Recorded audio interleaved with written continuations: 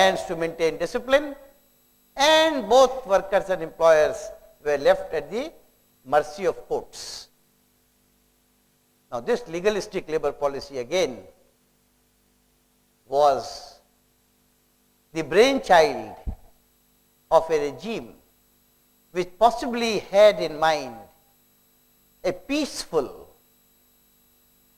period of industrial evolution in Pakistan. Whether we like it or we don't like it, the history stands as a witness that the 10 years of Ayub regime came to be known as the decade of reforms, and the industrial growth, which touched the height of 7 to 8% annually, was the period which surprised many economic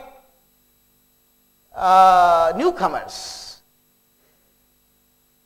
to the extent that one of our neighboring country, Korea, comes and studies the economic plans, 5-year economic plans of Pakistan.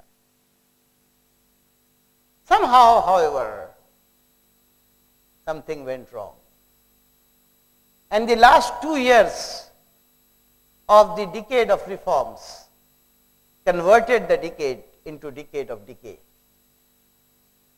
In the labor field, unfortunately, the legalistic approach to labor policy became the victim of bureaucracy, because surely in the absence of a prompt judiciary where cases could not be decided in time,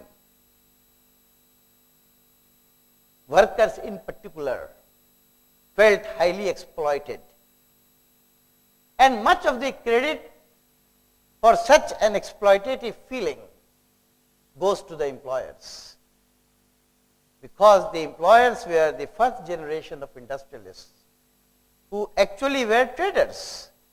They could not realize the importance of the approach which was given to them, and because the labor policy was tilted towards the employers, because they knew everything is going to be according to law, and that if they met the requirements of law, it was all right and nobody could do anything to them, they devised ways and means of making themselves legally safe, and in the process discovered the terminology of what today we call pocket unions. Union is important, okay, so why don't we make unions and meet the legal requirements and still comply with the legal requirement and be safe from the rigors of law? Now, the mishap that resulted as a result of this irresponsible approach towards managing industrial relations generated the height of industrial unrest, the example of which is unmatched in 60 years of country's history.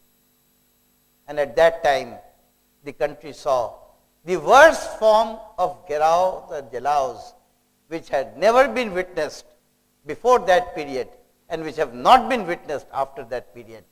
And that movement was at that time led by the socialist wave, led by the socialist political leader Maulana Bhashani. A wave of labor demonstrations took place from Dhaka to Khyber, with the result that the regime of Mr. Ayub Khan had to make way for yet another martial law, the second martial law led by General Yahya Khan in 1969. As soon as the second martial law was imposed, once again General Yahya Khan's focus was to address the issue of labor unrest. And he appointed late Air Marshal Noor Khan as the who was the martial law administrator responsible for labor at that time, as the chairman of the first Industrial Relations Commission, which went round both the two provinces of Pakistan and conducted a detailed survey of reasons behind the unrest among workers and came out with its detailed recommendation, which ultimately culminated in the announcement of the third labor policy in the year 1969. The third labor policy, because it came out as a result of the findings of the Industrial Relations Commission, emphasized on the need for bilateralism at the enterprise level. It emphasized on the need of respect for workers and employers, and for developing a conducive industrial relations at the enterprise level, where both workers and employers could work as part of the same cart, the two wheels of the same cart, and they should be able to resolve their issues by mutual understanding and a spirit of positive negotiation. Now, this was again a very ideal approach to addressing the issues of labor policy. Unfortunately, history was not favoring labor policies. And once again, within 2 years of the promulgation of the third labor policy, the country went through its worst record of political turmoil, ending up in the dismemberment of the country. And as soon as the first civil martial law administrator took his office in 1972, after the 71 debacle of East Pakistan converting into Bangladesh, the fourth labor policy was announced by Mr. Zulfikar Ali Bhutto in the year 1973, 72-73. Mr. Bhutto's labor policy, however, was a juxtaposition of socio-economic reforms, which he had in mind, derived from the philosophy of his political party's manifesto of Roti Kapda and Makan.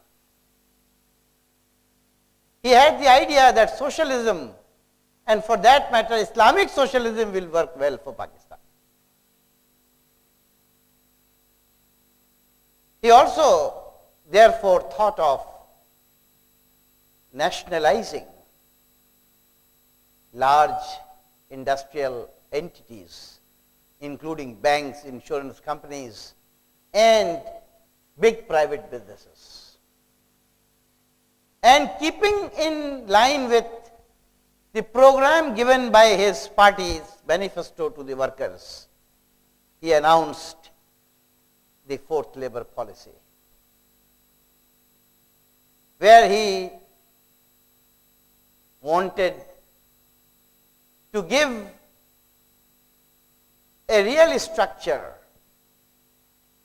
to the ideological conceptions which he had about a socialist state. And what he did was, as a result of his labor policy, some basic amendments were introduced in labor legislation. And the most striking amendment that he brought was in the industrial employment law itself. And he provided, in fact, three things that he did were remarkably noticeable, which brought a very dominant impact on the industrial relations scenario, which we are still suffering, which we are still confronted with. The first one was doing away with the right of simple termination. Till such that time, employers had the right to terminate the services of an employee without assigning any reason. That was the first amendment that he introduced, as a result of which the services of a worker could not be, permanent worker could not be terminated without assigning any reason, and without this having been given